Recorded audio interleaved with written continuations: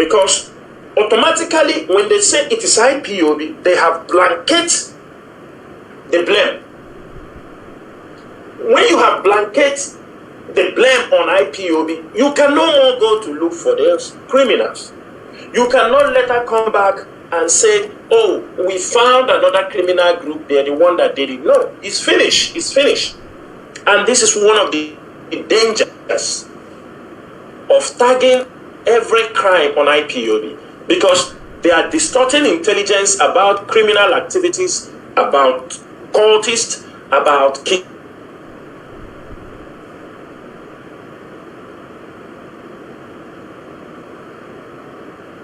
kidnappers.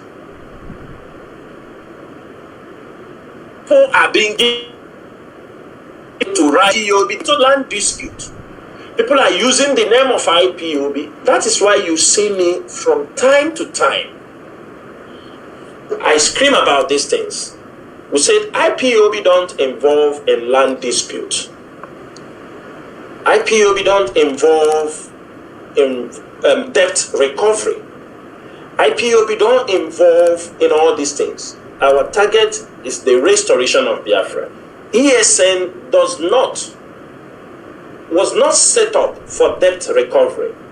ESN was not set up as a political group or political talk to go to harass any political opponent. But the dubious and criminal politicians and the people who have that criminal intent circled the leader of this movement before and used that opportunity and dragged the name of IPOB in the mud. Let me tell you what happened. Some of them are dealing with the politicians. Some crime happened somewhere for the fact that they want to get money. They ran and moved to one politician or one governor and ask him, give us money to stop that, and our boys will go to stop that. And when you always run to a politician to seek for money to go to stop a crime that you know nothing about, and on the process, other things start to happen, then he believes you people are involved. He believes you are involved. Sometimes, I will give you an example. Sometimes, this thing happened, and let me give an instance. Something happened in Enugu. Not this time, not this period, not this governor. Then somebody go to speak to the governor to give him some money to stop all those things happening. They claim to be IPOB and ESN. You don't want him. They know how to get in touch with us, but they won't. You told him, give him money so they can stop all these things happening. After they have given them some money, a group of criminals invaded from Benue axis and attacked some people in Enugu. And when the person was asked, what happened? Why you didn't handle this issue? He said because the money that was given to them was not enough. And unfortunately, for those criminals, they were caught escaping to Benue, and they were Fulani people. And the person said, oh, so why are these people taking credit of a different crime other people committed? So they were not involved, but they are taking credit of certain crimes. And you know, Iberima was very good in doing that. These are some of the attitude and behaviors that have led also tagging these crimes on IPOB. But one thing is that we have always come out here to debunk. Nobody will say Chinasa Nworu's voice is not a known voice in this struggle. I am also accessible. People do ask questions. I have made certain clarifications. Starting from 2021, I am consistently telling them about crime associating crimes with IPOB, associating and tagging crimes on IPOB. And because of this, if you watch presently, you will find out that there are many people now being caught. And when they are caught, immediately they tag them IPOB. We saw the viral video going on a few days ago. One guy, they say they call him I-Pencil. He said they are ESN. Mazi. ESN. Surrendering a police officer, videoing it, claiming to be ESN. Can't you think these are false flag operations? Because they want to destroy the name of we don't have anybody called, even people, let people come out and say, those who are IPOB members, who are from those places, can they come out and tell us this guy is an IPOB member or ESN? Some people, there are criminals who are wearing the military uniform, police uniform,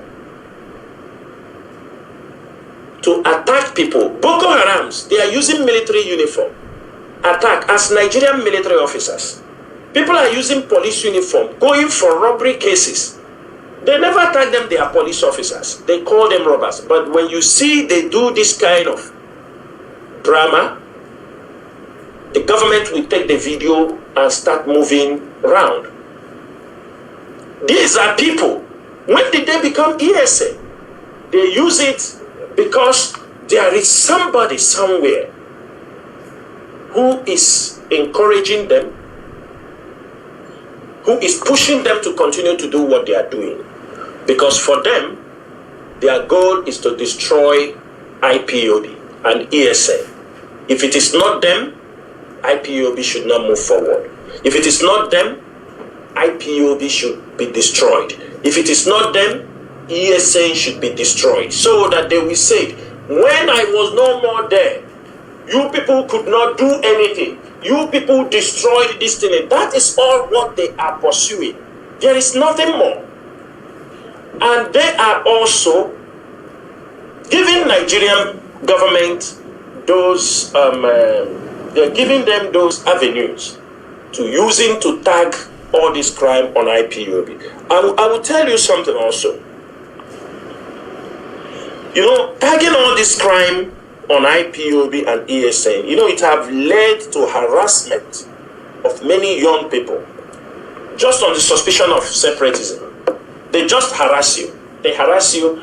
Well, these Biafra people, you know, to the point, the harassment to the point, I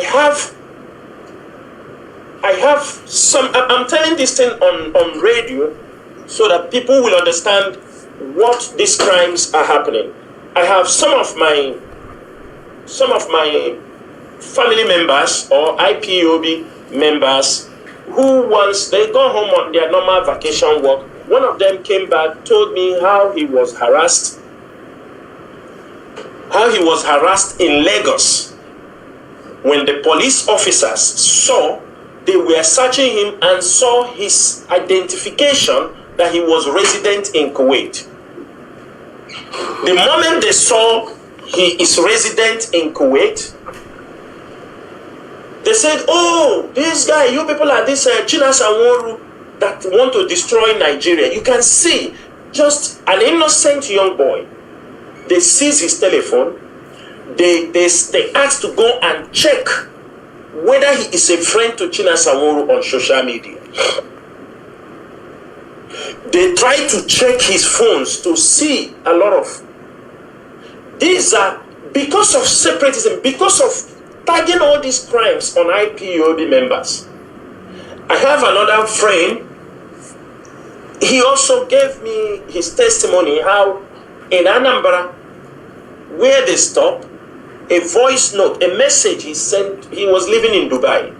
A message he sent to one of his friends saying, please, I heard that Mazi Chinasa Nworu did a broadcast. Can you send me the broadcast?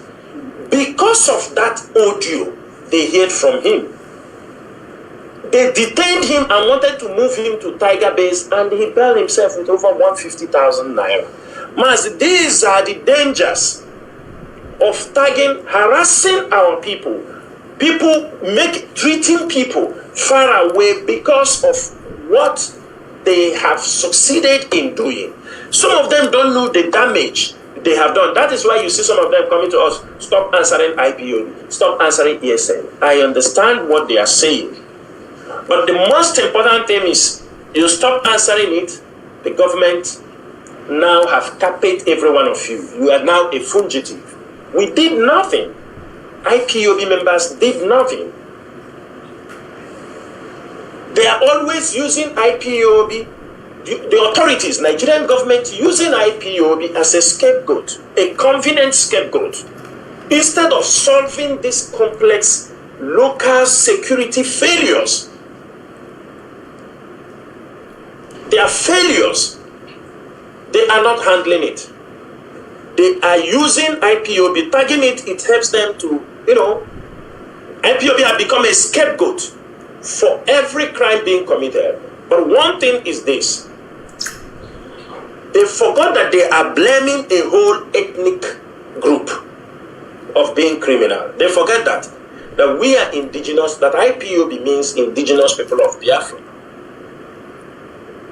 And they are worsening the identity crisis in Nigeria. And this thing they are doing, the anger they are breeding among our youth, the anger, because they have continued lying, they have continued tagging everything, is now building anger in our people. It's now, our people are pissed off. They trust, some of them that have a little trust about even the Nigerian government, or who thinking there was something, or the police, the trust is being broken. Because they are using this tag on criminality, harassing innocent youth,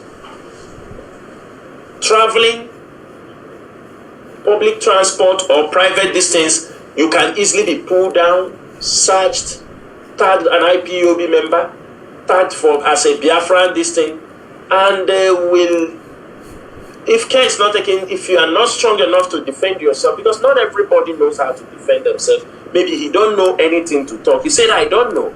Before you understand, the youths are being gone down. And this anger is breeding. They forgot that they are calling IPOB. They forgot that everybody in that region, he may tell you, okay, I'm not IPOB, but he's a sympathizer of indigenous people. He's a sympathizer of Biafra restoration. He's a sympathizer. You cannot continue trying to tag all crimes on IPOB, on ESN, without going to solve this insecurity complexity that we are having. The other day, you saw there was one guy, they cut off his head, they say Ishina Wolo. And I can tell you people, they tagged him ESN. This guy, never part of IPOB, never part of ESN. What is exactly happening in those areas? If you go to my past broadcast, it is always one thing or the other. And if you go to Osumohu, the problem they have in Osumohu in those areas is pit, sand pit. This is what they are all fighting, killing themselves. Who will take control? Because Osumohu have some pit where sand is being sold. It didn't start today. It started even before ESN, all these things, IPOB came. But when IPOB came, immediately Mazi Chinasa Nworu was renditioned, and the agitation, people, there was anger in the land, people were calling people, we fought. This is when this problem they start calling people to come, that we are going to fight this for Biafra, let us take over here to fight money. This is what happened in Osumo. It is the pit that is in Osumo. I think the community makes either 2 or 3 million daily from sand they are selling from those pits. That I think that will last river, all these things. It's a very lucrative pit for the community, for Sumogu people. They're killing themselves. They are importing thugs from every other place, using the name of IPOB to scare their victims and seek protection. Sometimes you hear something happening there, you jump and put your mouth. Say, they are Biafra. This is IPOB have done their best to separate ourselves. I have said all these things. All these places the crime have taken cover. We withdraw as far as August 2021. Anything IPOB members were killed in that axis, IPOB members were chased out of those places for things they don't know. But you see the government, the security apparatus, they continue. And I want them to go to face the real risk, the real problem facing those communities, where those people are. They have killed him, they cut off his head, they call him IPOB member, they say it's ESN. He has never been an ESN member. We don't even know somebody is in our wall. And they are all operating, and they know he is under the boy they call Ochiaga in Osumogu. That is one of his boys. Because the local politicians, some of the traditional chiefs, are also supporting those people. They use them, committing crimes, handling their opponents, but if anything happens, they will tell you it is IPOB. How are they IPOB? How are they ESM? People, we have come out here and do your intelligence, do your due diligence. No, they don't want that. What they want is they rush, they call the name of IPOB, put them in the newspaper, and the crime persists. But I promise them one thing. IPOB will defeat them. In all this crime they are tagging on our people, they are tagging on IPOB and on ESN. We are not going to deny that we are IPOB members. We are not going to deny or back down from our objectives of why we gathered in over 100 countries. It is for the restoration of Biafra. Tagging crimes on IPOB will not solve any problem. Instead, it will trigger more anger because our people now know the truth. They know you people are just blackmailing IPOB. They know you are heaping all these crimes on IPOB just to call a dog a bad name.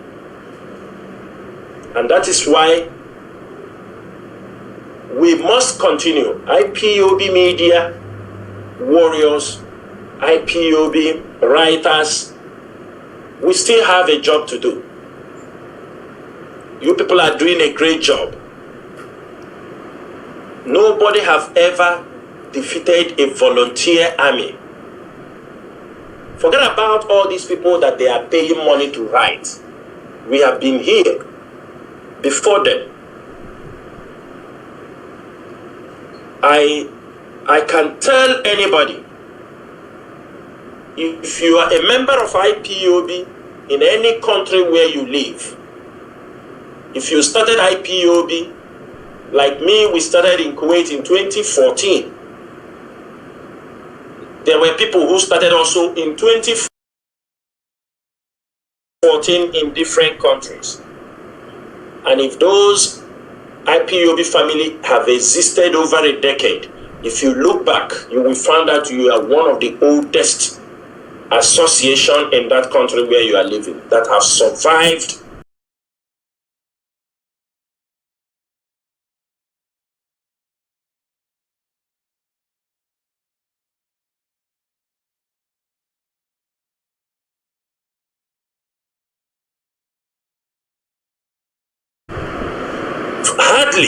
hardly you will find in many countries any Nigerian group that have survived like indigenous people of Biafra in diaspora. I can tell you, like where I am living since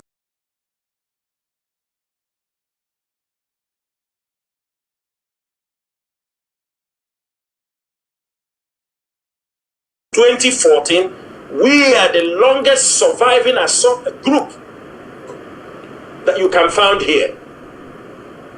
Igbo groups don't survive.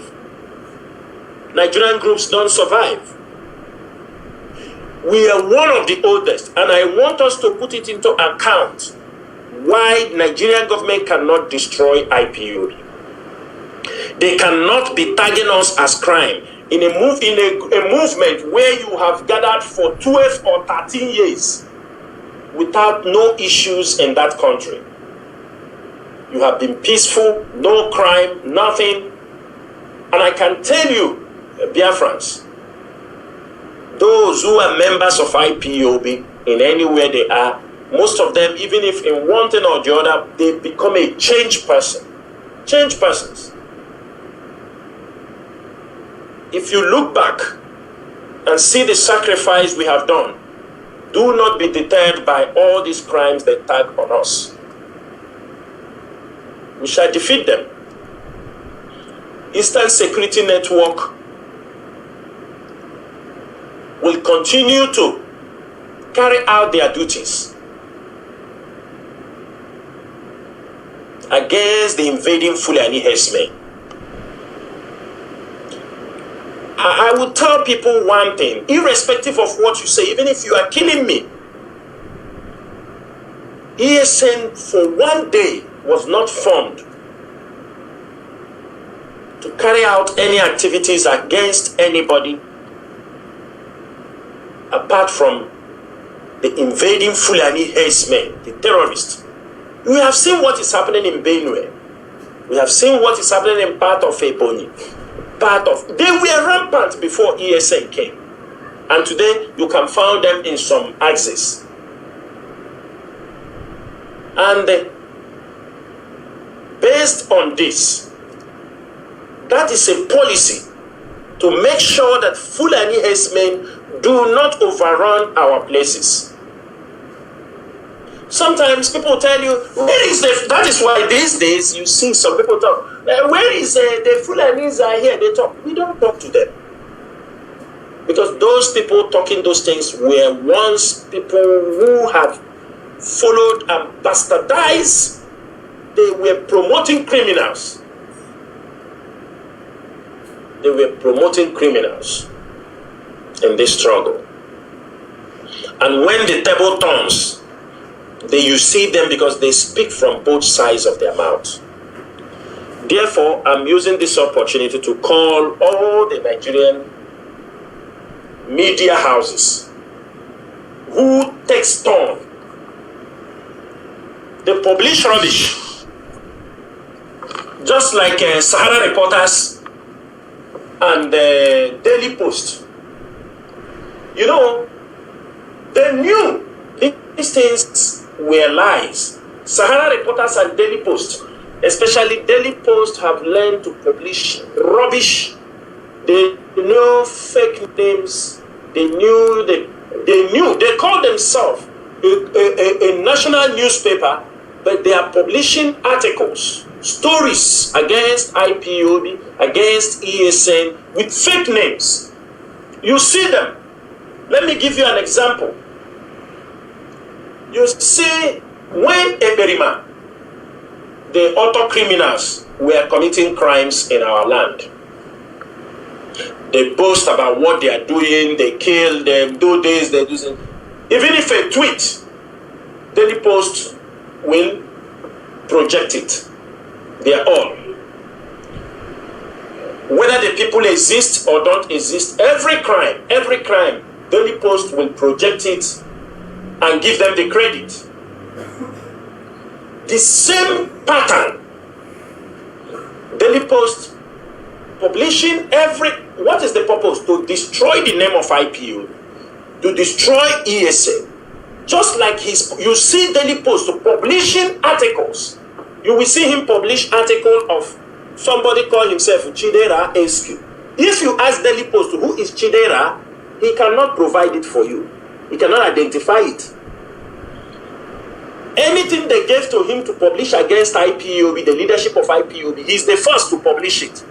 He will publish post by Onyedeki Ife, the SQ. If you ask him who is that person, he don't know. But as long as it is something that is damning against IPOB, against the leadership of IPOB, Daily Post is the first newspaper or first Nigerian daily with Sahara reporters that will publish it. He will publish Njoku O Njoko. The why you remember the time they bring the issue of Njoku O Njoko. Everything, global colosseum for legal non-entities and all these things, they will write and he will publish. You see them all that period. You saw what Daily Post used to publish to damage the reputation of IPO. Maybe many of you do not take notice of this. And when Daily Post, because why I'm calling out Daily Post is because Daily Post played a very major role in trying to damage the image of IPOB and ESN. They were the first to publish them. Other newspapers may not publish it because they are not sure, but Daily Post will be the first to publish those things. During a Perima period, Daily Post was number one to publish anything a Perima, any crime taken. And they won't write the name of the person publishing those articles. They will just say Daily Post staff. That's only what they will write. A global, a national newspaper is behaving this way. Most of you are not taking note. Then after that, when he saw that Eperima was sent to jail, then Daily Post picked up publishing articles against this leadership from Chidera, which we don't know. Nobody's Chidera. Onyedeka Ifedi is a lawyer Jimako. They are the one writing all those things, damning things about the IPOB and leadership. Some of you don't know.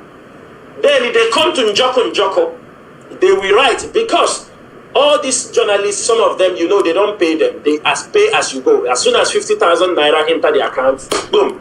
But they are damaging their reputation, where they are trying to destroy IPOB. And I can bet them their end is near. Daily Post and Sahara Reporter. You know, sometimes I feel some of our lawyers also in Nigeria don't know. They don't know what to do. You see Showore, they carry him to court. They do people sometimes, they pity for him. How you pity for him? This guy is a slander, a blackmailer, and a propagandist. Look at what he's doing to IPOB. Look at what he is doing to any rubbish. He knows those things Aloy is writing, they are fake. Because they give them money. That's why I don't pity for him when people are dragging him to court. Because that is his way of life. His life is all about blackmail, lies, and propaganda against people. And that is why you see anybody, any group blackmailing people, it started from Jonathan period. Maybe some of you have forgotten. When Amechi, they used him and he started to blackmail Jonathan and did all kind of rubbish. We look at him, we laugh. These are agents they are using to blackmail IPOB. Forget about somebody coming and say, I'm with Nnamdi Kanu and not with IPOB, and it makes no meaning. I told people, you come, you say, I am with DOS, not with IPOB, you are a liar. I am with this person, not with this, you are a liar. IPOB is IPOB. Centralize your argument. If any leader among the leadership misbehave, call him out. If he did anything wrong, you feel that he did wrong, call him out and leave IPOB. Because IPOB is a body. It's an institution. These two newspaper groups, every IPOB member I want to review. And there is no need for us to promote anything they are writing any longer. I'm saying it this night. Daily Post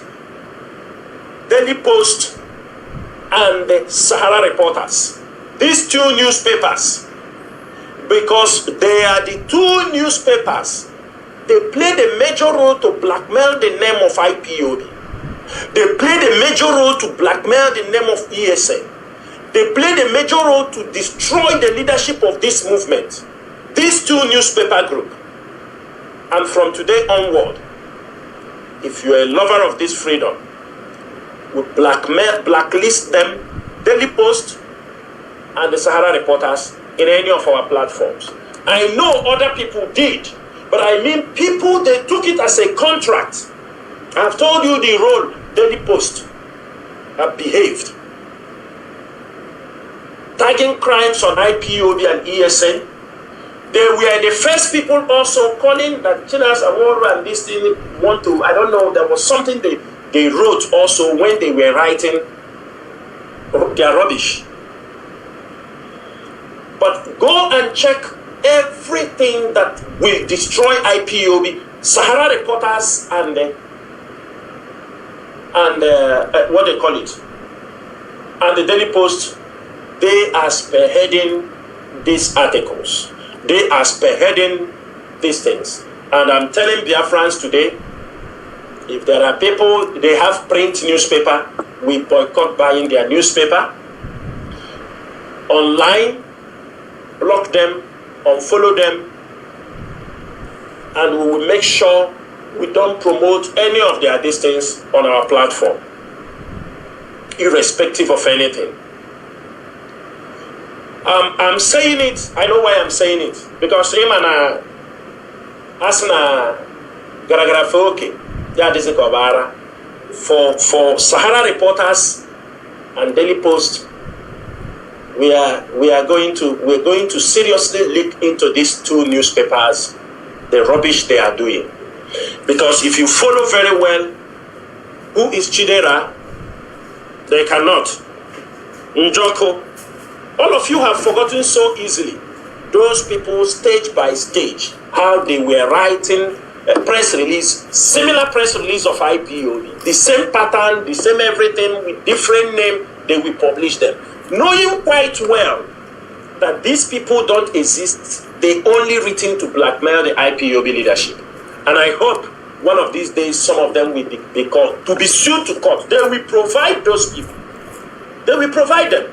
If you think the one of what do they call him? The time they wanted to blackmail Jose Come, they were the ones in the forefront also. And when they were done, they start to put up apologies. Some of them, all these things they withdraw. I think that is what we have to do over this particular subject. Mazi, I will stop here on this topic. Yes, it's a long time I haven't come on air, but I will stop on this topic on this one so that we can pick other topics and I'll be able to take up the last two topics. And then we're watching it. Thank you very much, Mazi. You've made some point as regards to Fulani herdsmen invasion. Can you please give us...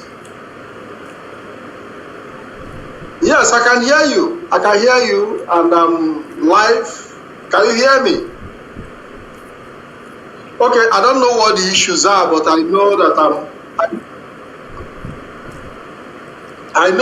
live, and I hope that Mazi Chinasa will connect back to Rob, because I would like to ask him a question as regards to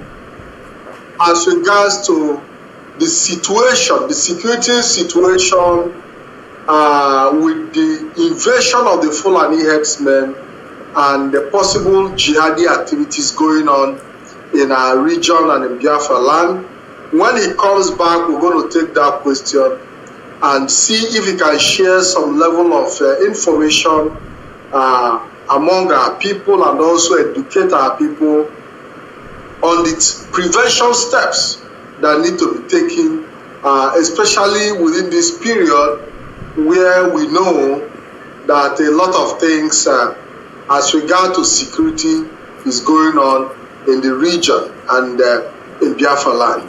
You know, so we will be waiting for Mazi Chinasa Nworu to rejoin us back, and he will be able to respond to those questions. I want to say thank you very much, Biafrans all over the world. We are seeing your activities in the comment section. We are following all your comments. Keep dropping those comments. Keep them coming. Keep on making your views heard, because your views are important. I know that he's back. Mazi Chinasa Nworu, are you back?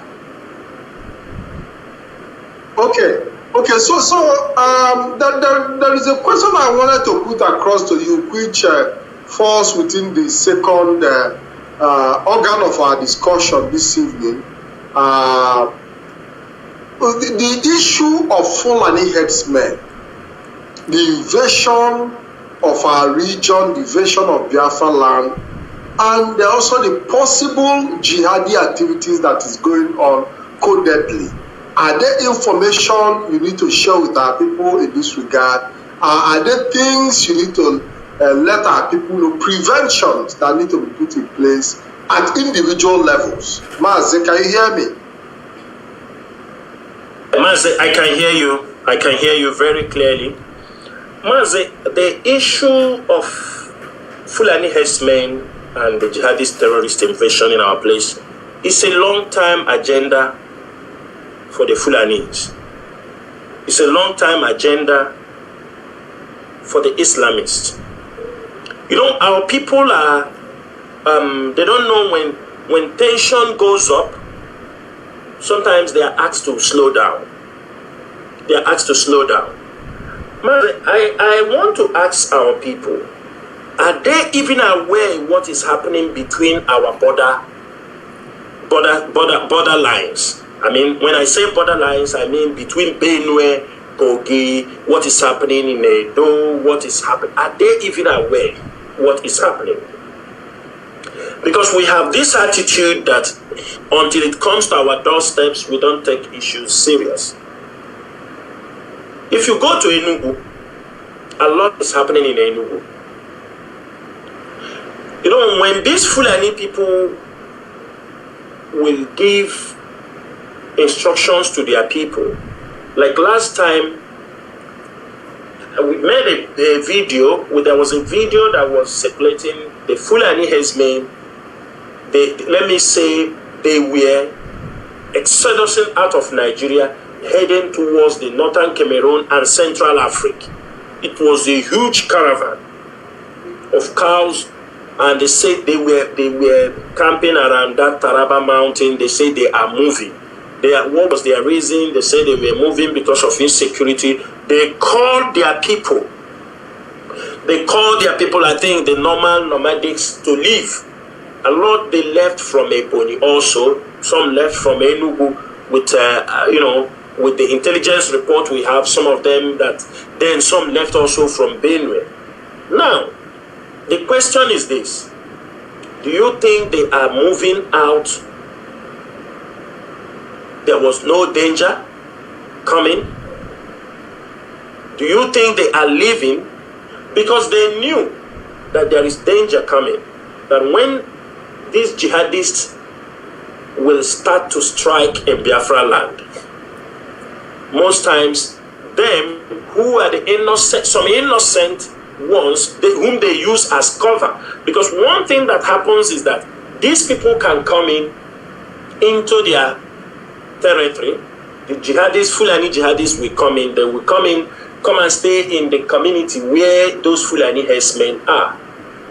From there, they start making move. And when they start making moves, when they start making moves, they know that people will trace them back to those camps where they are. That is why some of them who are doing their normal businesses are now leaving our region.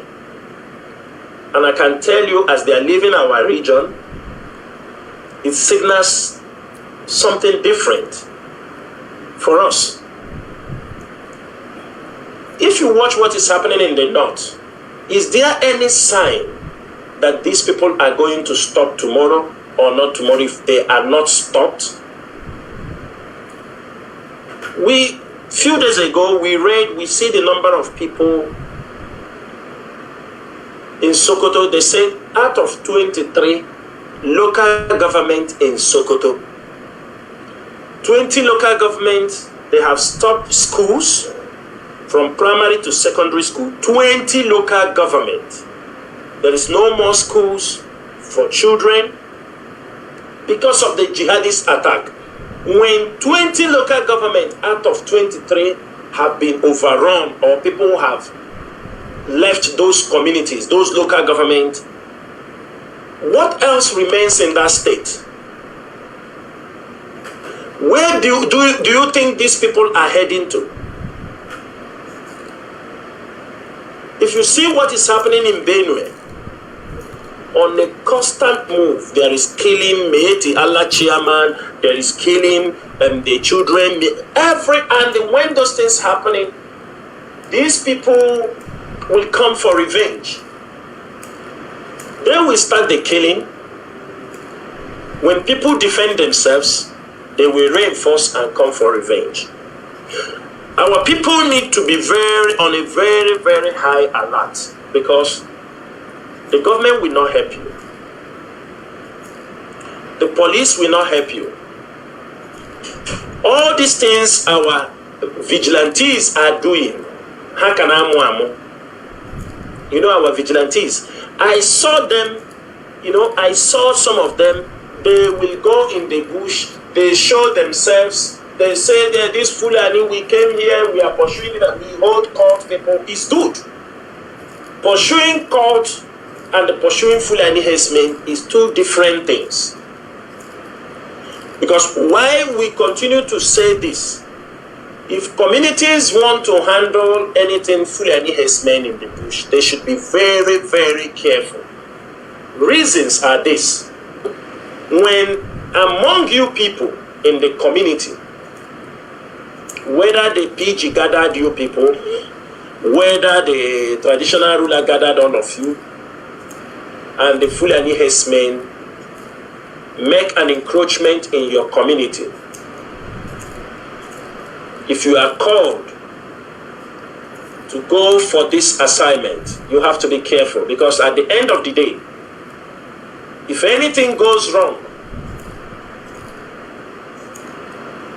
maybe the Fulani herdsmen may be gone down where you people are exchanging fire or anything. I'm telling you, the Nigerian military with their contacts, they will come for your Igbe. They will come for your PG. And your PG will hand over some of you. Hand you over to them. The next thing, you are in Abuja. Pray it doesn't happen. Apart from that, if Fulani herdsmen attack your community, if the vigilantes can handle it and keep their mouth shut, that is good for your community. Because at the end of the day, the Fulanis will reinforce and launch attack against your community as a revenge mechanism. And that time, innocent people will be killed. That is why we are always telling you, already the Eastern Security Network is doing this job, and they are the only security network the Fulani will hear their name and keep away from your community. We are not telling you come and pay us money, but what we are saying, tell us where they are. We come once, because some of your PG also, they are giving them land. Communities should ask their PG to stop giving Fulani herdsmen and their traditional kings land for if there is ranching, let them go and do ranching where they want to do ranching. But coming out in communities, give them a piece of land and tell them you can be there. Tomorrow they come in, they bring in their people inside the bush. Go to Bini. Some of them are going in the bush to discover a big villages inside their own forest. Fulanis are living there. And during election, they will say they will count them. They can bring them inside that bush, bring results from there. If people want to live in our community, let them live legally. We know where they are living. Let them get a house. Let them rent places to do their business. They can't go in the bushes. And then later on, you will hear that a military helicopter have landed in that place. Say we don't know what they were doing. You can't even question. That is why we must always be on high alert. The situation in Nigeria is not getting better. It's not getting better. The earlier we understand this, the better for every one of us. The Nigerian politicians, they use all these things as a mechanism to cause confusion, cause insecurity. They use all these groups to destabilize regions. That is why I'm telling you, we have to be very, very watchful and careful. Christmas period is coming. From next month, the pressure will be high.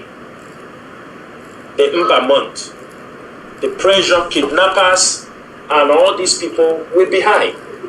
I don't see what people expect. IPOB, we're doing our best. We share the information. We try to, even, very big countries, you see America, when things are happening, they are telling their people, they're giving out warnings. Their people, if you are living in this area, be careful. Because most times, that is what you have to do. You create more awareness. If people are aware of certain things, there is possibility of preventing that thing not to happen. When Fulani herdsmen and the terrorists know that our people are on high alert, they know that wherever they come, or if they know that when they speak to a traditional ruler to give them a piece of land, he told them it is not possible, they know they cannot be in that particular place.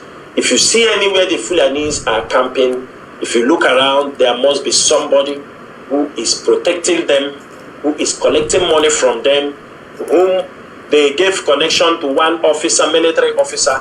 He is protecting them. That is why they are there. We saw what is happening.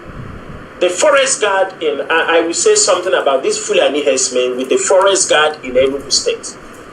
People should know that this forest guard, and Anambra should know this also, because of Oka and the Enugu that have, Oka North, that have a boundary.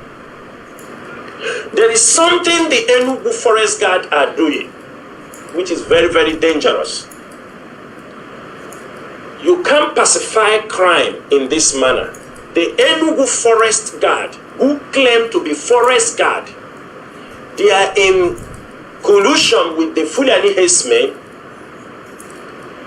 in those border communities. They agree with them that do not disturb people in Enugu, but you can cross to Anambra, do whatever you want to do, and you come back peacefully. This is what the forest guards in Enugu are doing. So when these Fulani herdsmen cross from Enugu and go into Anambra, they go to kidnap, they go to commit crimes. After that, they return to Enugu, and the Enugu forest guard will protect them, using them to destabilize the neighboring communities, destabilize the neighboring town. That is what the Enugu forest guard is doing in that axis. I'm telling everybody living in those areas to be aware of what is happening. Now, sometimes you find out that when the Fulani herdsmen, because there is a cattle route. There is a cattle route. It's an old route from Enugu that enters Anambra. And the Eastern Security Network is keeping a very close eye on those routes. So you found out that when those people crosses the route and being confronted by the Eastern Security Network, they do this conversation in their mosque on Friday prayers. They have done many things to take over these areas, but it is not easy for them. So they have decided that they are going to import their people. They are Fulani, they say they are Fulani militias. Who will come to handle this issue? I'm saying this thing so that both Enugu governor, I know that one is nothing to write home about, and Anambra governor. You cannot deny there is no cattle route between Enugu it is a controlled Fulani cattle route. And that is the route they have been using, expanding their territories, causing criminality. And one thing is that when they start all this criminality, other group of criminals will also start in that area, so that When they do it, they say it is a Fulani. When Fulani do, they say it is some people in that area. They bring confusions because everybody wants something to mask his own crime. And that is where ESN comes in. That is where IPOB comes in. IPOB comes in by exposing those things, but ESN comes in by keeping check on the crimes that are being committed. So, Mazi, at that topic, I will come back on air because this is a very serious topic we have to look into. Because we have a lot of things to talk today, I will leave this particular topic, and in my next broadcast, I will elaborate more on this. I will also point out the cattle routes that are in our place, communities that in those axes must be very, very careful. Because sometimes our people are neglecting about these cattle routes. These cattle routes is more, forget about the cattle they are carrying by trailer and moved to the slaughterhouse. These are different. They have cattle routes that they come in, you don't even know. They come in, you think, they come in and they can move through that cattle route to the northern part of Nigeria. They move into our own territories. Sometimes something happens, you say the Fulanis know your bush more than you because they are constantly on those routes. They can commit any crime, they kill people anyhow they like. They claim that they own the forest in our place, but unfortunately, ESN have dislodged many of them. And for those doing their cattle business, we urge you to be visible, not in the bush. If you're a Fulani pastorist, be visible. Be where people will know what you are doing. But as long as you are in a forest, and you are harboring your people coming in, using the cattle to mask, to carry out abominable atrocities in our land, be assured that you will be caught, irrespective of who is behind you, irrespective of who is sponsoring you. You will be caught in Biafra land. And when you caught in Biafra land, you will pay dearly for it. Mazi, I will leave it here. Thank you so much. Thank you, Mazi. Thank you very much. You laid down very important points there. And there is something you said about the vigilante groups that are going into the bushes and running publicity. And you gave them advice and also told communities that ESN is always available to assist, which I believe that any community that is willing to collaborate with the Eastern Security Network would find protection in under the cover of this great security outfit. Mazi, there is this regular falsehood being peddled against the leadership, the DOS. We've seen blackmails all over the place, name calling, different kind of accusation. In fact, you personally have been a major point of discussion on social media. Your name flying all over the place, blackmail all over, and you haven't actually taken your time to debunk. And the question is, how many are you going to debunk, by the way?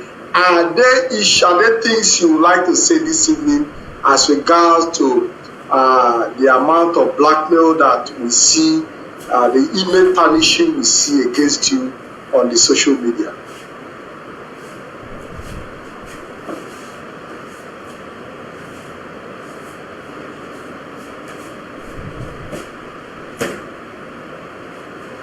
Thank you, Mazi. Thank you.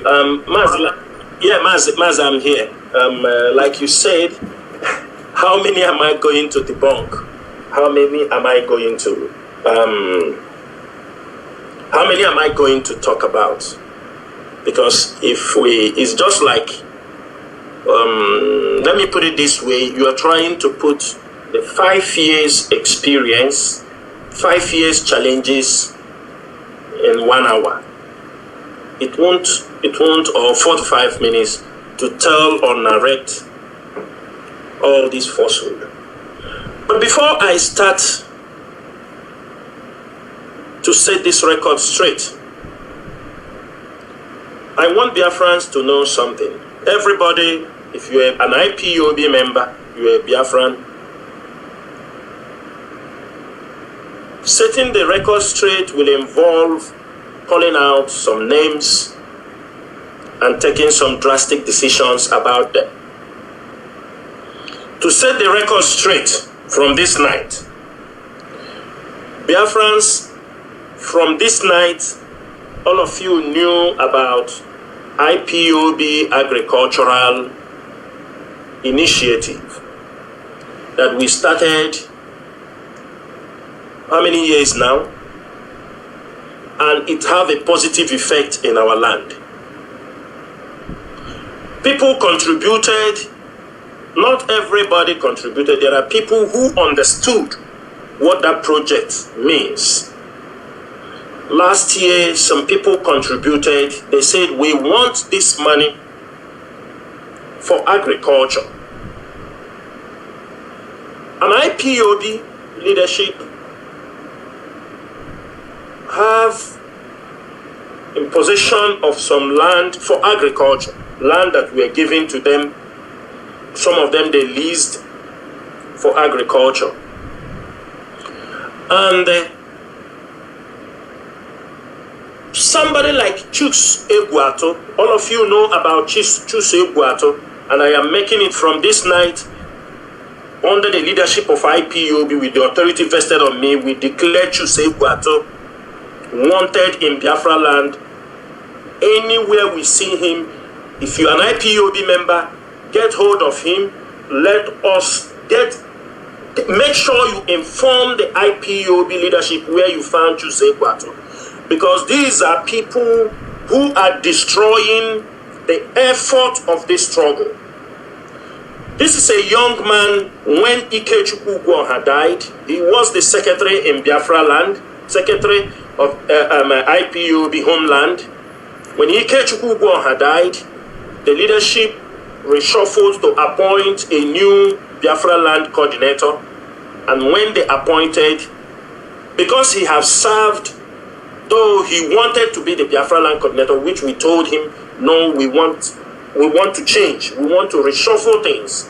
He fought for it. Maybe he have some anger in him why he was not given. And we didn't want him to continue because there was a corruption going on under his watch, which they were consistently doing in Biafra land, and we wanted to put a stop to that. Now the leadership said, okay, we will they make him to take in charge of a particular farm that IPOB Agric Department was involved. This farmland was used to cultivate only rice, and this money IPOB members contributed. Because some people will come to ask, where is the money? They told us about agriculture. Today I'm making it open so that everybody will know what happened to that particular farm. This farm is hundreds of acres of land. The leadership decided that it will be only rice that will be planted on that farm. And to the leadership, they want this rice after harvest. The year is coming to an end. We have too many widows, people, their family are in prisons. We have IPOB, ESN officers who are constantly in need of food. Especially we wanted this so that we have farmed at least rice that we will be able to hand over to our people who are in their husbands are dead, on this mission, for the students, for the men in the bushes fighting for our freedom. This rice was, let me say, after harvest, it's up to 20 tons. 20 tons of rice. I think more than 20 tons, because a ton is 1,000 kg. Most of you have to know that. So 20 tons, you know what it is. 20 tons, you know what it is. Or more than 20 tons of rice. I could remember when this rice was, they wanted to harvest this rice, the HOD said there was no money. When Chuks Egwato said that birds are coming to eat the rice, we need to harvest them, there was no money. HOD contacted me, we sourced for the money and sent for him to go and harvest those rice. Those rice was harvested. He was giving money to pay for storage so that when this Mba month is starting, we will now mill the rice will be cleaned and packed and ready to distribute to our people. But unfortunately, we don't know there are criminals, that these are poor criminals in our midst who are waiting for an opportunity. We do not know that this guy, whether he has sold our rice, whether he has sold all those rice. He sold them, not that he sold. He sold some, maybe, hand over some. People, when these problems are happening, he now ran to people like Benjamin and Madugu, those who advised him to bring the remaining rice. And this guy moved the rice of IPOB. People like Benjamin, these are hungry people always, they want food. And that's why you see them making noise every time. This is how they took over more than 20 tons of rice. It was really, 20 tons means we have not yet removed the chaff. We have not yet, what do they call it? I don't know, a better way to put it. So they have to still, we have not yet sent it to the mill so that it will be removed. It's up to 20 tons. Now, this is how took over this rice, sold it, and the same farm, there are still farm on it and disappeared. The next thing we found out, he had jumped in to Sokoto, thinking that if he ran into Sokoto group, that will give him an edge. Why IPOB will not ask him about that rice? And this evening, if that rice is not produced, Chuse Guato will not walk in Biafra land. I am saying it. We cannot suffer. Speak to people. Borrowed money to do a heavy farm for our people, to make sure we will support our people. One refrat, one criminal, wretched boy, we are helping, will carry it, sell our rice, run to join the Sokoto. Whoever that advised him, we are giving him from now till the end of September. Because that is when those rice supposed to start doing what they have. We will catch him in Uyo. I'm just telling him, for him to know, we know where he's running to, where he's hiding. You cannot hide from the sweat of our people. I'm just saying it. I'm just starting this particular topic with this pronouncement. Chuse Guato is wanted in Biafra land until he hands over 20 tons of rice for IPOB. If he don't do it, anywhere he is, we get him, he's in a big trouble. Secondly, Mazi, I want to clarify certain things that people have been making noise. I don't want to talk about some things because it doesn't exist. It doesn't happen. For me, it doesn't happen. I have been in this struggle for a very long time. I see some jealous, envious, and criminal-minded people in this struggle. I saw some of them come out to say, Hey, Chinasa Nworu, Mazi Chinasa brought him up, made him, and I challenged them this evening. Biafra made me. The work I do for Biafra made me. Nnamdi Kanu didn't make me. I'm saying it so that everybody, Nnamdi Kanu didn't make me. It's not, Nnamdi Kanu never give me $1. Nnamdi Kanu was not the one who brought me to abroad. Nnamdi Kanu have not in his life. Instead, I am the one that have spent for him. So I don't see why somebody will stupidly come on social media and say that Nnamdi Kanu made me. Yes, Nnamdi Kanu, when he is doing program, he can call my name. As no I was not the only one. There are many people they are calling their names. And I will say these things. My service for this struggle did not start just yesterday. It didn't start when Nnamdi Kanu. It didn't start in 2015. The first time Mazi Nnamdi Kanu was before 2015. Radio Biafra people are talking. I see people talk about Mazi Nnamdi Kanu was broadcasting on Radio Biafra. Yes, nobody denies the effort or the things he has done. Nobody is denying that. He was broadcasting on Radio Biafra. Moving from one place, Radio Biafra was not being heard the way it's supposed to be heard in Biafra land. I am one of the people who made it more popular to be heard. Bright Chimezie is there. Chidebere is there. People who know Mazi Nnamdi Kanu knows there. I took, when Mazi Nnamdi Kanu was broadcasting, people were not hearing this radio the way he wanted it. I, Mazi Chinasa Nworu, and with the help of Ikechukwu, Prince Ike Ikechukwu in UAE, we secured 40 million MTN line in Nigeria. That time there was no WhatsApp. I'm telling you, this is 2015. 2015, early 2015. Ending 2014, 2015. We secured over 40 million telephone lines in Nigeria.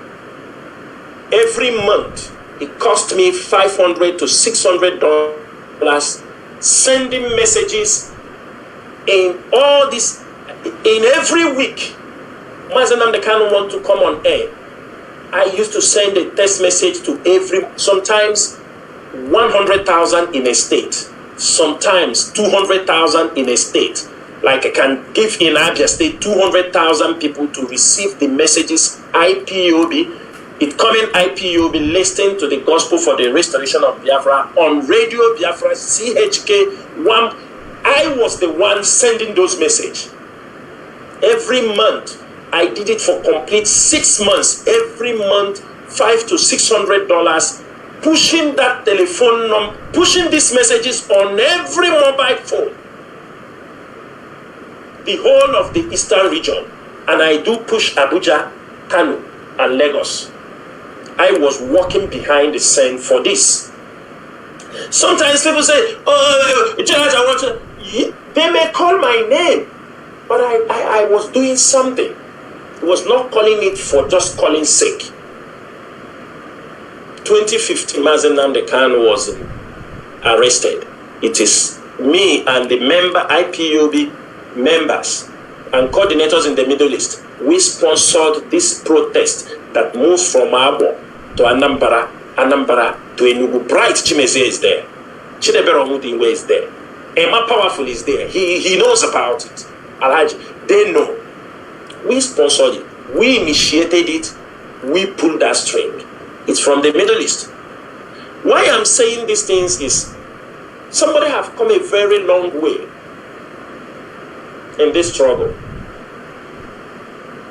Now all this falsehood, it is unfortunate, is coming from the person we have dedicated our life.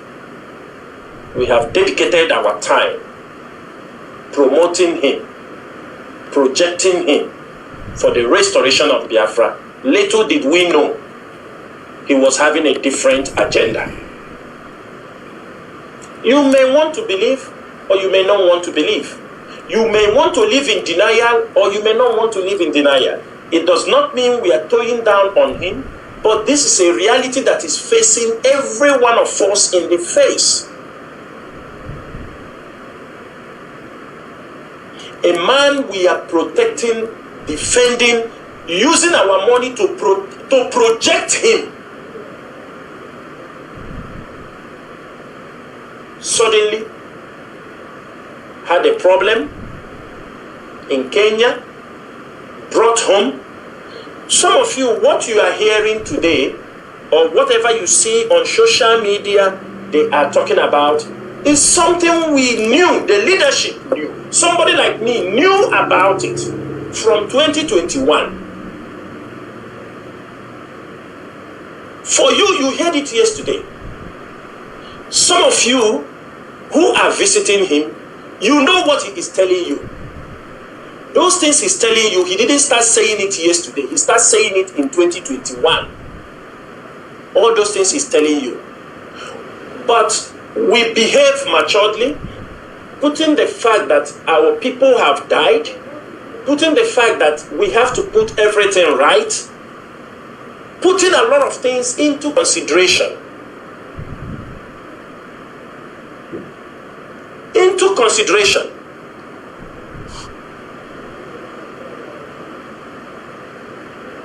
When we say about one thing or the other, or people who are saying he is in the jail, allow him to come out to talk. And when he come out, that he's in the jail, you are just deceiving yourself. You are just deceiving yourself, and you are a hypocrite. Because in the jail he is, it didn't stop him from anything. He's communicating, he's living fine, he's spending his money the way he wants it. Everything he wants, he gets it. He's even more free. He's certain where he is than most of us who are staying outside, watching our back every minute, every day.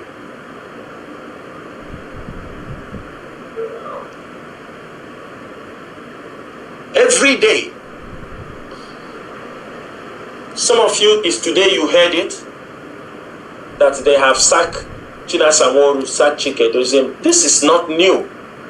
These things have been said in 2021. What these things all of you are jumping around now. Some of the people that are promoting all this falsehood, these words were said in 2021. That was when those statements were being made. And those are the statements that have catapulted many of these autopilots. Those Omadaka in the USA. Those were the statements that were given to them. Those were the statements that led to the vote of no confidence, that they have removed the DOS. Don't think that all this thing happening now, some of you just knew it yesterday, but you didn't know these words, sack, all these things. It makes nothing, because we heard it in 2021. We heard it from that time. We heard it. We know when he was giving those instructions, but we were somehow said, okay, let's manage this situation, we will come out of it. But we don't know it is an intentional act. He's intentional in everything he's doing. We are not the one that sent him to Kenya. We are not the one that arrested him in Kenya. But today, most of you are giving instruction, attack this DOS. They are the enemy. And most of you are jumping up. Britain is no more the enemy.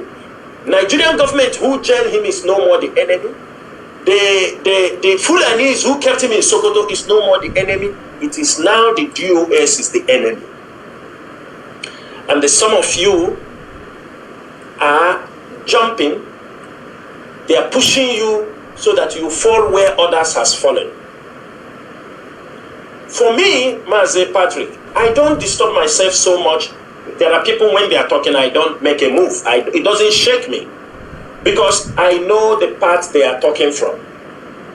Every one of them you see talking, there is something they were benefiting. You know, most of us were using our money promoting the struggle. This set of people are people, they never put $1 in this struggle. They are only on the receiving end. You know, we don't know what was happening in this struggle before now, until one day we start to get information, give this person this amount of money. For example, one day we were asked, a message came to us that we should give Benjamin in Madugu $10,000 to take care of his children's school fees. I was shocked. The bone to my bone of the marrow. When this message came to Mazi, both of us were shocked. We were shocked that we couldn't even say these things to other members of the DOS. That was the message. We didn't get any message, any meaningful, any straightforward message. The message that is always coming is either it is an order, give this person money, or do this, and that thing he wants you to do, I swear to God, you do it, you will fall inside. It was all a trap to bring us down. It was all trap to bring. Anything that you were asked to do is something that will destroy you. It is not something that will put you in a better light. Then you see them, that's why I said these people are horrible.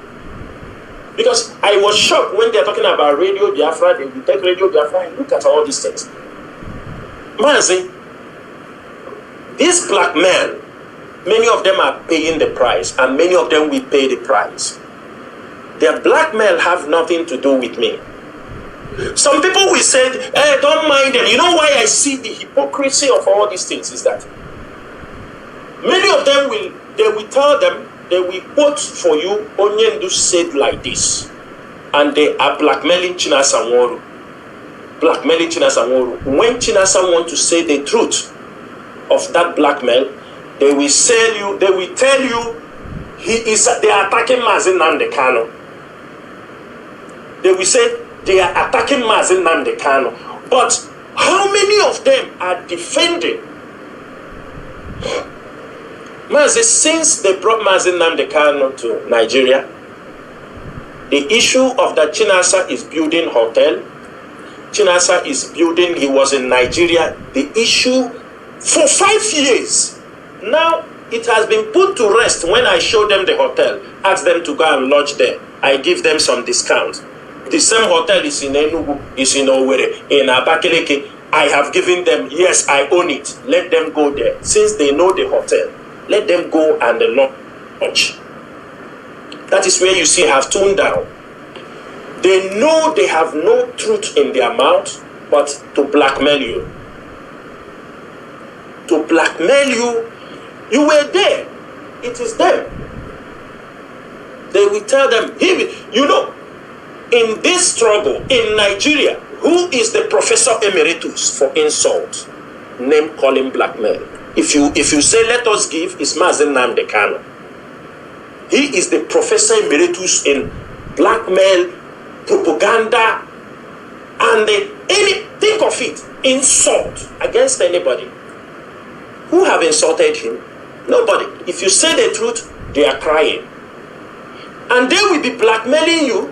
Blackmailing Chinasa did like this. When blackmail, people will call you to ask you a question. Mazi, they say you did this. When you explain, come.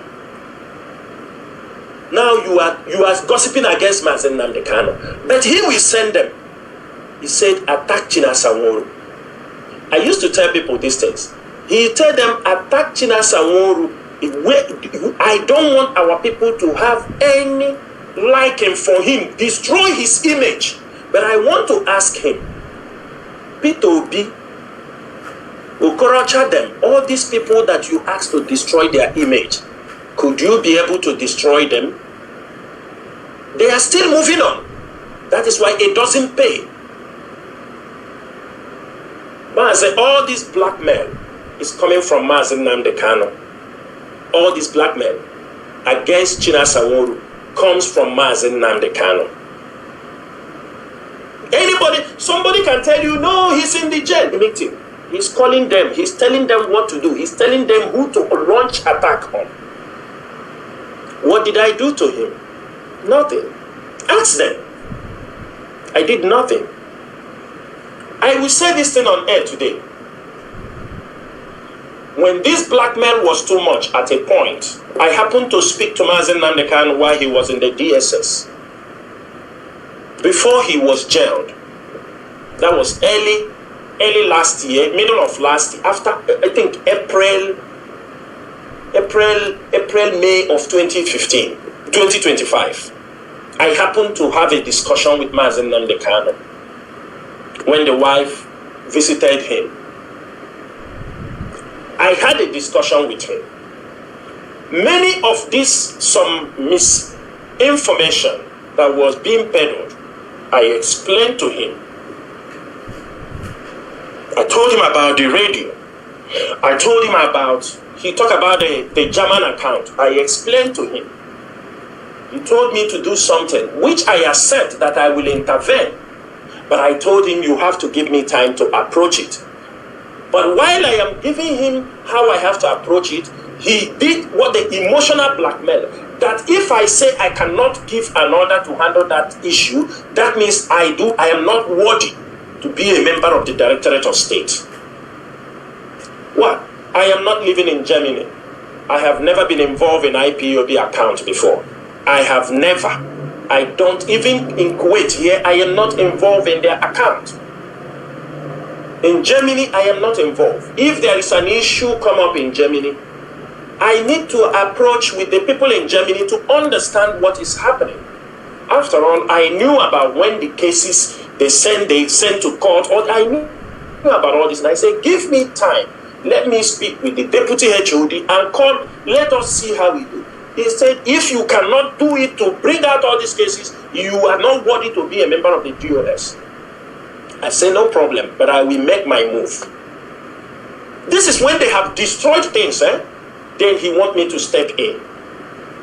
The same day, he sent me for that assignment. The same day he called, he sent message to Abba and also threatening him. How can you be able to handle cases like this? I remember one thing I told him. After in that discussion, I told him, I said, Mazi Nnamdi Kanu, are you aware that your brothers and the people you are projecting are organizing ritual acts against me and the members of the DOS in your father's compound? I told him, are you aware that Nezinage, where Chinasa have helped to fought, that Nandi and Agor Arusi on my head and the members of the DOS? He told me, do I have evidence? That is, he will always ask you if you have evidence. Sometimes, if you have evidence, if you give it to him, they start to chase those people whom maybe they leak the information. The next thing they say, he's the one leaking information to Chinasa. That is why when he asks those things, you have to bite your tongue before you answer, because things are no more the way they used to be. And I say on my heart that day, if I lie against this thing, that Chukwu Kikadiama will vindicate me. And today, do you know the major person who used to raise the drink, raise the staff, they kill, make the ritual against Chinasa Nworu? Do you know the person who used to, he said he's the Royal Majesty? It is this man they poisoned in Abuja, they call Obunka. He is the one, he's the head of that ritual in their compound. That Obunka is part of the criminal gang with Fine Boy. They know how cars are being snatched, how people are being kidnapped, money paid, every time they are in a loggerhead. They are the one, they will kill Ram against Chinasa Nworu. They will be praying that the land of Biafra should swallow Chinasa Nworu and put Simon Eba, that he is the one championing for Biafra. Today, himself now is in the mortuary. The one they promote is in the prison.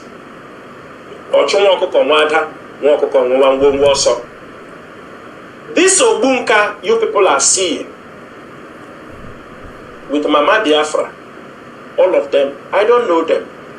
But a month, weeks will not pass for them not to slaughter chicken or goat against me in the compound of Mazi Nnamdi Kanu. This is Mazi Nnamdi Kanu I have served. Do everything for Biafra.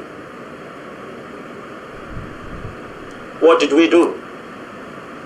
Little did we know, Onyanyi Nesonal Achumo, because we never knew he really have his own.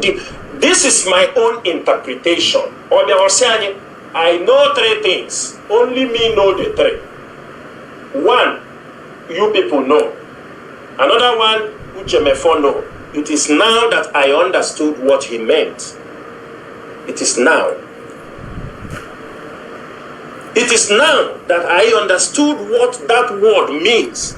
I know 3 things. 1, you people, they know. 2, Uchemefo know 2. Himself know 3. I now understand it very well. The 3 things has nothing to do for the restoration of Biafra. It is the life he lived that we didn't know about. The one we know is about Biafra. The 2 is the money. Uchemefo know how they were taking money from politicians. Uchemefo was aware. They know that they were collecting huge amount of money from politicians. Him and Uchemefo knew this. We never knew. And the last one is his private, the life he is living that have put this struggle down, have brought this struggle where we are today. That is what he knows we never knew. Because the lifestyle of Mazi Nnamdi Kanu is what kept this struggle where we are today. We never knew. And the moment we found out, he's looking for our head. That's why all the people go to visit him. Some people, I don't want to speak. But I'm saying one thing very clear on this radio today. Those who know Mazi Nnamdi Kanu, those who are around him, advise him to stop threatening to kill any IPOB DOS member. People who know him should advise him. You see this thing, 100 people come. You tell them, you will kill Chinasa, kill this person. You are not doing yourself any good. I know why I'm saying, whether you are gingering them to go to make a move while you are in the prison, you are gingering them. Some of them are in Aba trying to make dangerous move. And I am telling you, nobody will do anything to my people, to my mama. Do you understand me? Overnight. You see all these things you people are doing in Sokoto. Somebody, they will send you, you go to Sokoto. They send you people who know Mazi Nnamdi Kanu should advise him. You see these people coming to Sokoto, you are giving them those messages. Giving them those messages.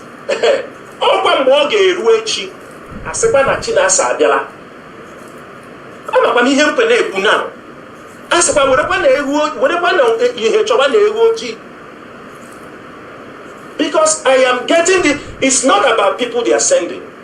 Many people who have gone there, the only message, and this message did not start today. Some of you may be hearing it today, but it's because he has become more frustrated. Now he's saying it. It becomes a daily word. Anybody call about Chinasa Nworu, leave him, he's finished. I will kill him, I will do this. For 1 year, 4 months, all the petition you people were writing, giving people to come to Kuwait, giving this thing. They are not giving you a response. And then you know scores. They're not giving us scores.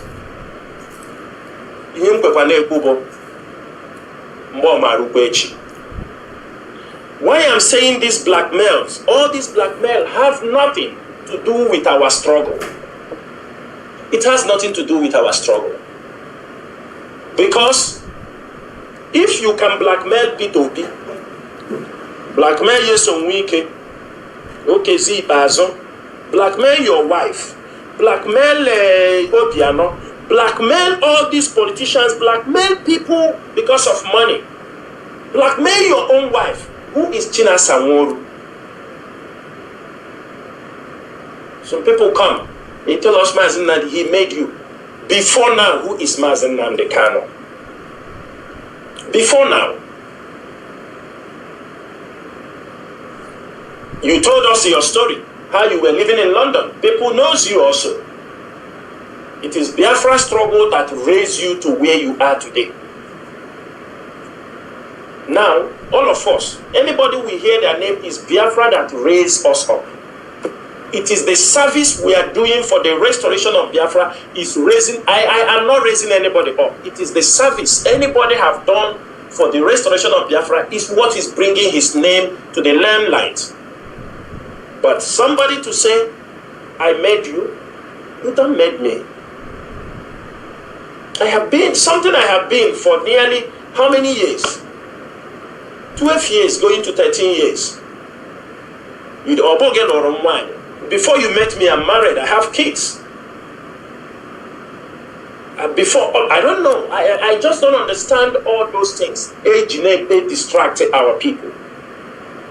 Now, why I talk about all these things is because our people to understand they are all distractions. Distractions to try to, to stop this leadership from taking this struggle forward. The Mazi Edoziem came the other day, talk about institutionalization. Institutionalization for this movement, nothing is stopping it. Because I don't want, if I am not here tomorrow, all our effort is gone. No. I don't want if any member of the DOS, because we are growing old also as we are fighting for the liberation of, if you watch countries that are fighting for their liberation from all these countries, sometimes the leaders will get old, other people must continue if that mission is not yet achieved. If I am in prison, for what I shouldn't be an obstacle from this struggle not to move. You see people coming, order, ask them what is that order. If you ask them what did Chinasa do, you say Chinasa don't take orders from me. Okay, which kind of order are you giving that I am not taking? That is one thing people must ask. It doesn't take, I used to take order from you before you were caught. Then your renditions. What the role you played on the sit at home makes us to think twice. You asked us to stop the sit at home while you and your brothers turned from the back and started supporting Simon Eber. I am happy there are people you confess to them that it is Dave Umahi that handed Simon Eber over to you. That Dave Umahi was giving you money and your family, they were giving you money.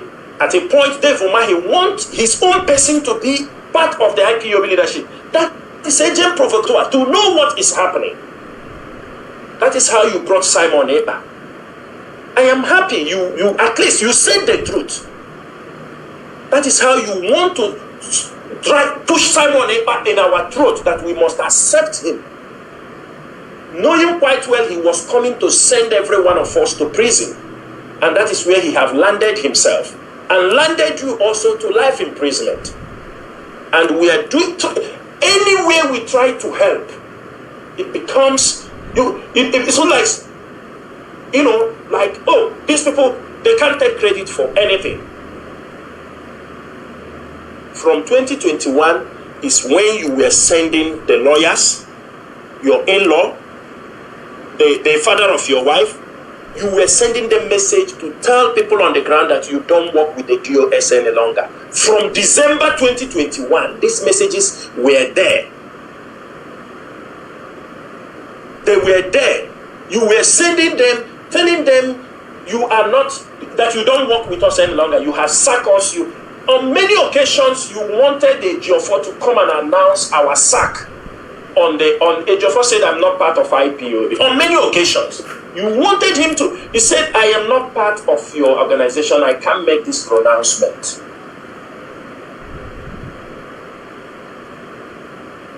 It is not today. So that's why all these things people are shaking. These things people are talking. We look at them, we laugh.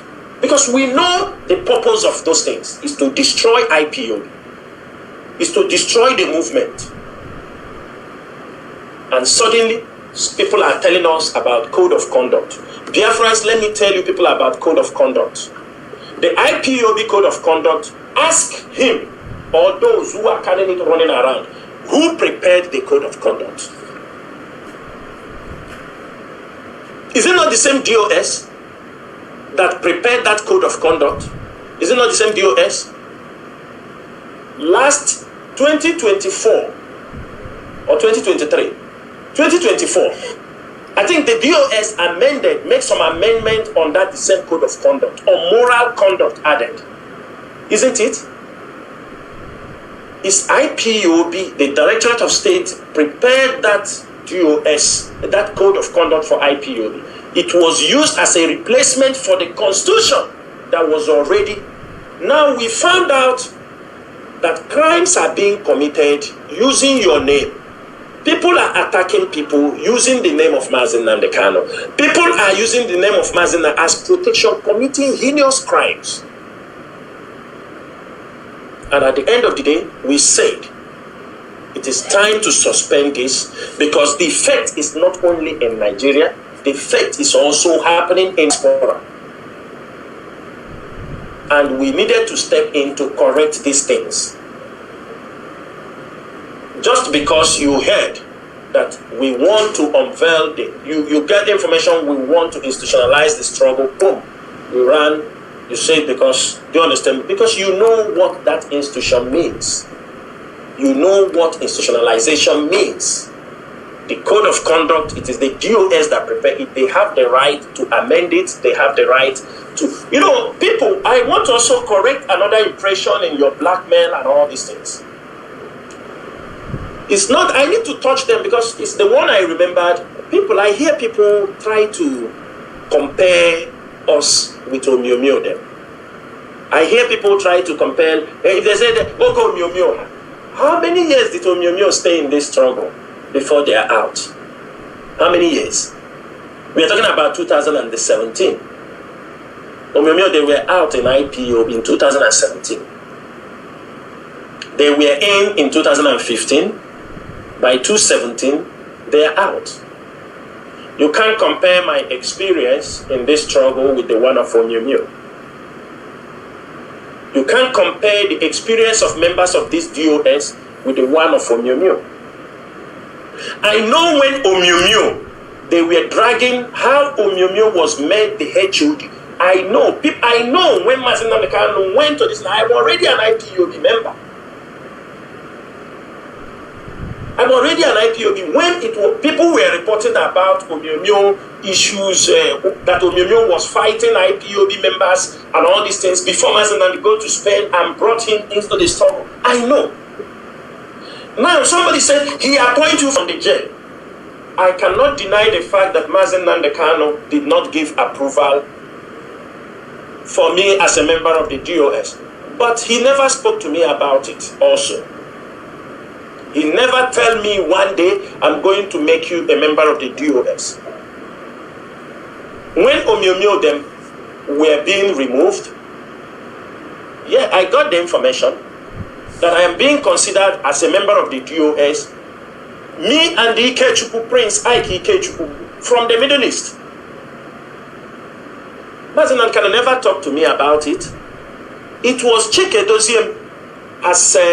He was secretary of the DOS that time, before Omiomio, and I think there were 2 or 3 people who contacted me, made this interview, do their due diligence, make interview with me, and also Ikechukwu, Prince Ike Ikechukwu of UAE was also interviewed. I was not solely picked like this. Chike Doziem was the person who led, I think there were 3, who called me for an interview.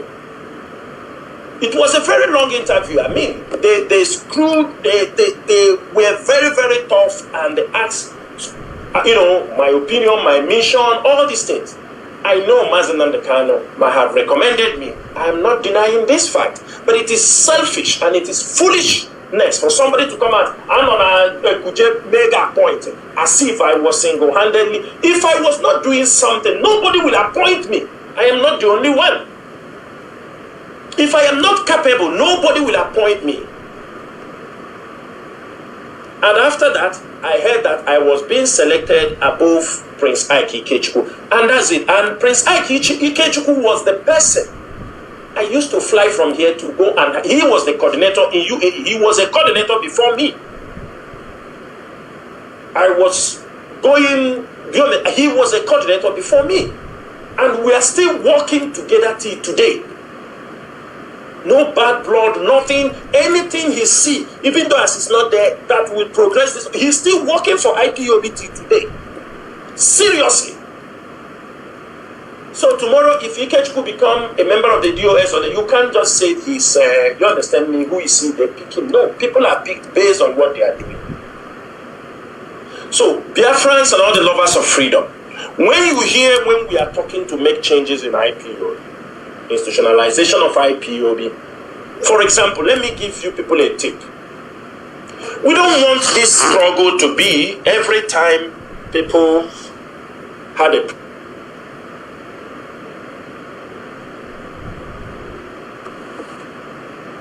you don't worry, when Biafra comes, you will reap your benefit. No.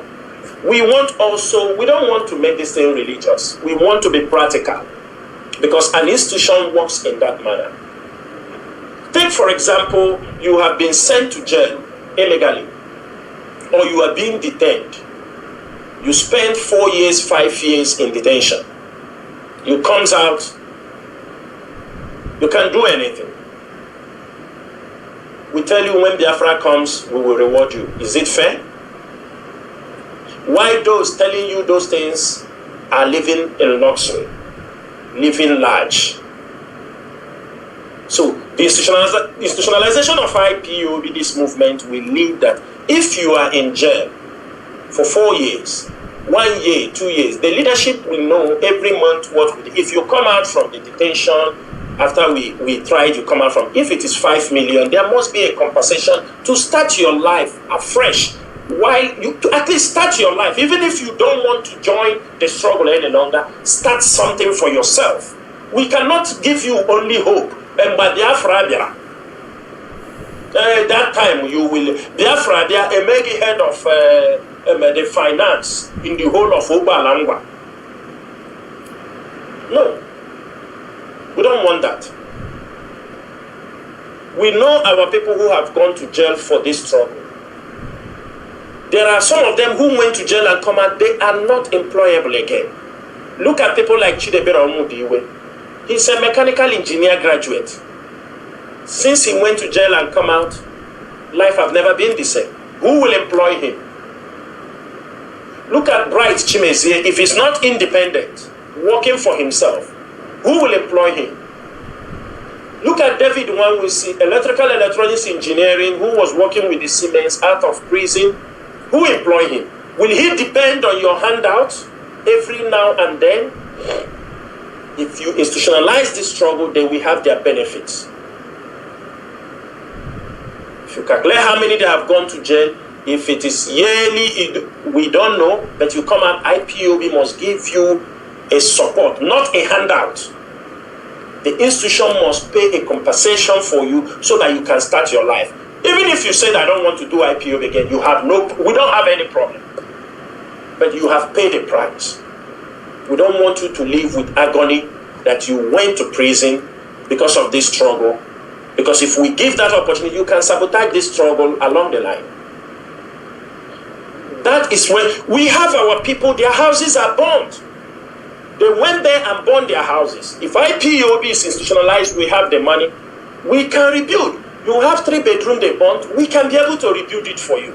We are not telling you Mba Biafra Biara. No, we are not going to tell you Mba Biafra Biara. Somebody telling you Mba Biafra Biara while himself is buying houses, driving flashy cars, living luxury. Now Mba Biafra Biara. We don't want to fall into this religious trap any longer. On this mission, we believe in practicality.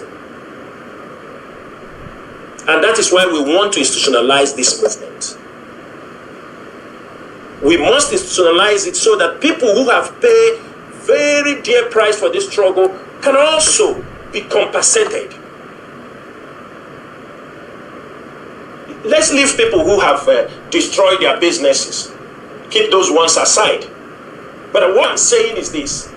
We stop all these people who are using the name of the struggle because the IPOB is not institutionalized. People, you see all kind of order coming from everywhere.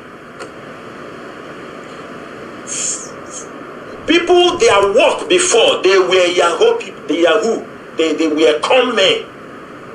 They now join IPOB. They hide inside IPOB. They have no shame. They start defrauding our people in the name of the struggle. There is one of our brother. He's in Aba. He's a handicap. He used to, I think, handle feed, all these things. He's a handicapped man. He was doing very well. See his warehouse. They have used this struggle. These people are heartless to the point that they will go. Nnamdi Kanu say, bring money. We're going to see Nnamdi Kanu. That handicapped man have all his money. They have defrauded that man with the name of Nnamdi Kanu Sepa.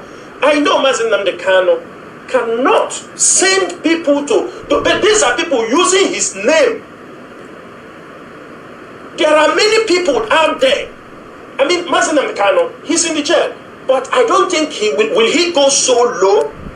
Somebody who is a handicap, they are using his name, defrauding those people. Now they have squandered and destroyed that man's business. He was known. People know he used to drive one Sienna. They constructed that Sienna because it's a handicap. They have used the name of Mazi Nnamdi Kanu and finished that man. I don't think that man can feed himself any longer. That is why you see some of them, because they need to call the name of Mazi Nnamdi Kanu for them to be able to survive, for them to defraud people. For them, this is what we don't want in this struggle, because it's giving us a bad reputation. I can tell you, many people, these fraudulent individuals in IPOB have bankrupted within these 5 years. There are people coming to us saying, they are asking me that they say I should be bringing money, 1 million, 2 million for every month for Mazi Nnamdi Kanu. Some of them, they are out there. They think we don't know, but sometimes we say, we don't want these things to be happening with the name of IPOB. Enough of all this rubbish, and we are not ready to continue handling this kind of blackmail. It's not stopping us. IPOB leadership is focused. But sometimes, like one of our brothers said, he said, you people leave this strong, leave those ones for us, we will handle them. We are focused. You know, one funny thing, let me tell you something. Don't overrate yourself when you are dealing with an institution. You know, these days you see them, they write letters making noise. They forgot that IPOB is grounded, this leadership is grounded, that you can't even write a letter against IPOB. Let me tell you, we have engraved the name of Chike Doziem in many government bodies. Projected him. This is IPOB. This is who we are. The way we projected Mazi Nnamdi Kanu, we are also in another pattern projected Chike Doziem in the heart of government bodies. Then when Chike Doziem write a letter, if you bring your own, they put it in there. They shred it. You don't know? You're writing letter against Chike Doziem, calling him names, and this is a man people respect. Forget about his gentleness and all these things. Then you're writing, you think. Those letters he wrote, some of the country also contacted us and asked us, what is this letter all about? Do this man know that he's even is in jail? Some of the countries he wrote. And we responded. You know? So don't ever think that you take paper, you write. You take paper, you write. We have built IPOB in such a way you can't lay accusations. You know, one thing they don't know, that this their blackmail makes them liars in front of the government bodies. Make them big liars. The government doesn't take them serious because they found out they are just lying and blackmailing. They don't take them serious. When a leader has put himself, his image, on propaganda, on lies against people, political opponent, his own lieutenant, nobody will take you serious. Nobody will ever take you serious. If nobody is telling him, he should know. And those talking, you blackmail politicians, you take money from them. You think the outside diplomatic ones, they don't know? You will take money from them. You blackmail your own lieutenants in the struggle. You are the sent. And they know you very well. They know you very well. They followed you. They have your track. And you continue. You tell them, call Chinasa Nworu this name. Call Chinasa Nworu this name. Call Chinasa Nworu this name. Call him this name. Call him. When you say those things, they call. They bring all those names. People ask. Even people that know me knew that I never answer such names. They never come closer to you. But for you, you're just saying, blackmail him. Nobody. We don't want anybody. Anybody that want to rise up, bring him down. And this is what they are doing on social media. For the past how many months, since June or ending of May, since after 30th May, this is all the attack. They are bringing blackmail Chinasa Nworu, give him a bad image. You cannot do it. And the last thing I will do is to mislead our people. I will tell them the truth, whether they like it or not, because I owe them only that. Because tomorrow, if I'm not here, some of them can say, yes, this is what Mazi Chinasa Nworu said. They blackmail me. They are not only blackmailing me in Nigeria, they even took the blackmail to their last diplomatic mission in Israel, that I have a radical view against Israel. That is what they went for. Mazi, if you have a question to ask me on this, go ahead and ask me so that we will come to the end of this program. Then what?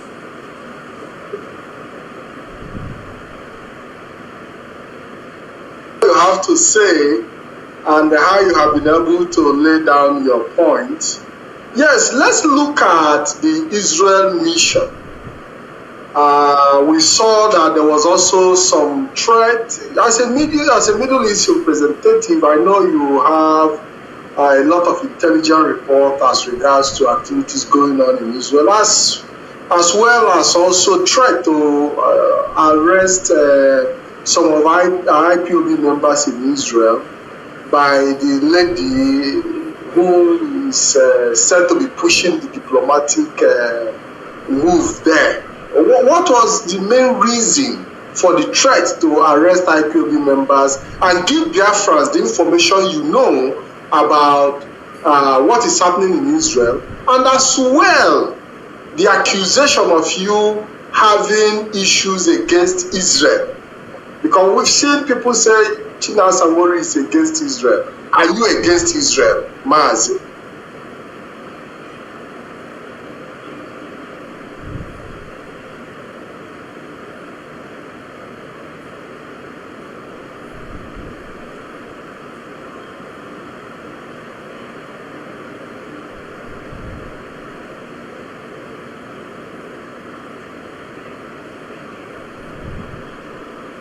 I don't know, maybe Mazi Chinasa Nworu is having some technical issues, and I hope that he will be back soon to respond to the accusation of him being against Israel. We've seen that in many of the blackmails where they say that Chinasa Nworu is against Israel. And we've also seen some diplomatic moves, on the social media.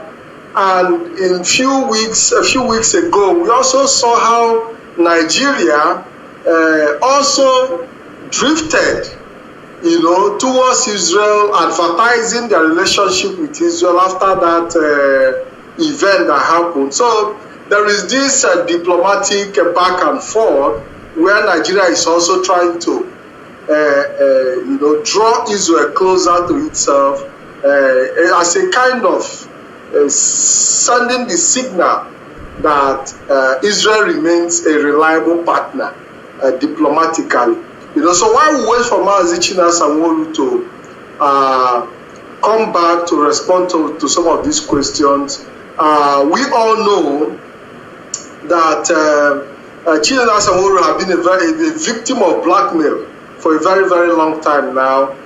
His name has been rubbed on the mud over time, different names, different insult every day on social media.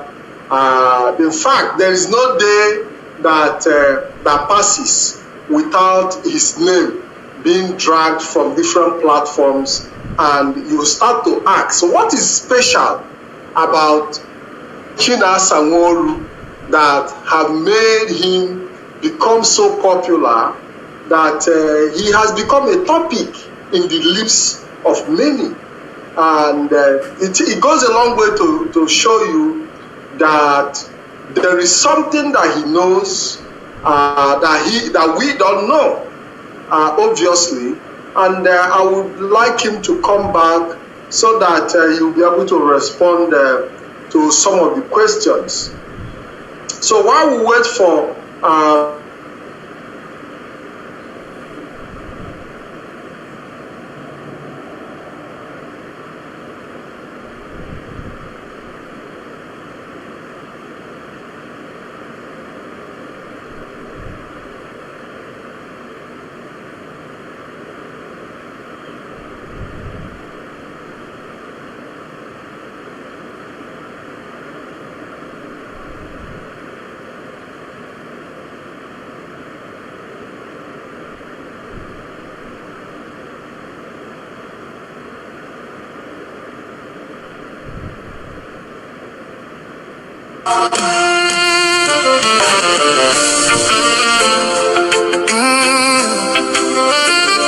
Nigeria, first bandits.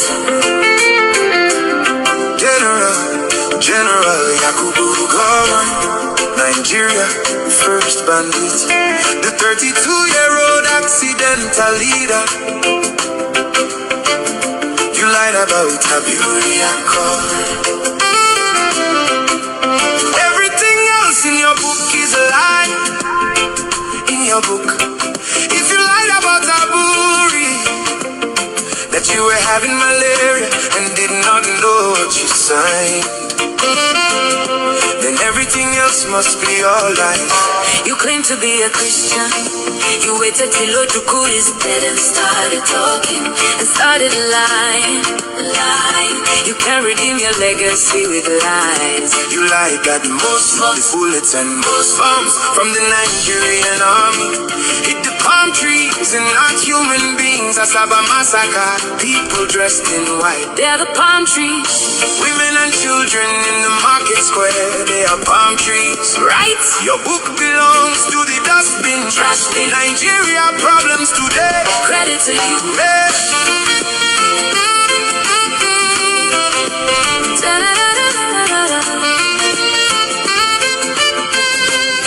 General Yakubu Gowon, you cannot redeem.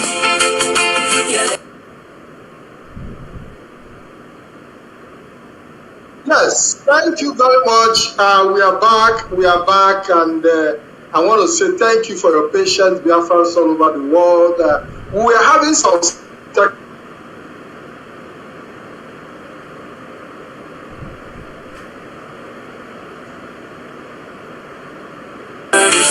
Killed for genocide. Ego Holocaust. Africa, First bandits.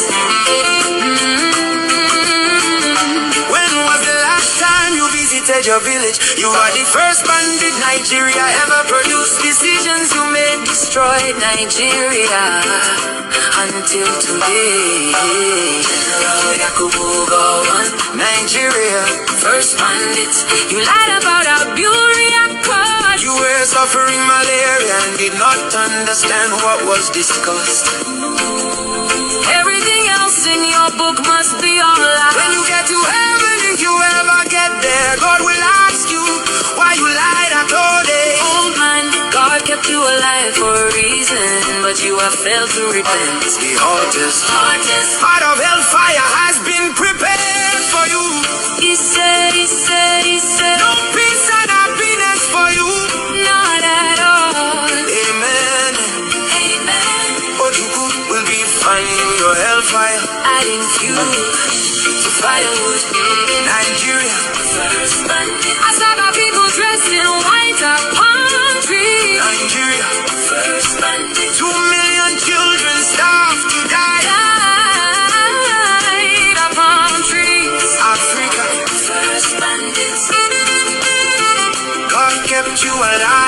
for a reason, but you have failed to repent. Yes, thank you. Thank you very much. We continue to see technical problem, which I'm trying to figure out, but I believe that we are back finally. Mazi Chinasa, are you there? Can you please unmute? Okay, I think we've been facing technical. I don't know what the issues are. I cannot say, but now that you're back, we need to start winding down because we spend a reasonable amount of time.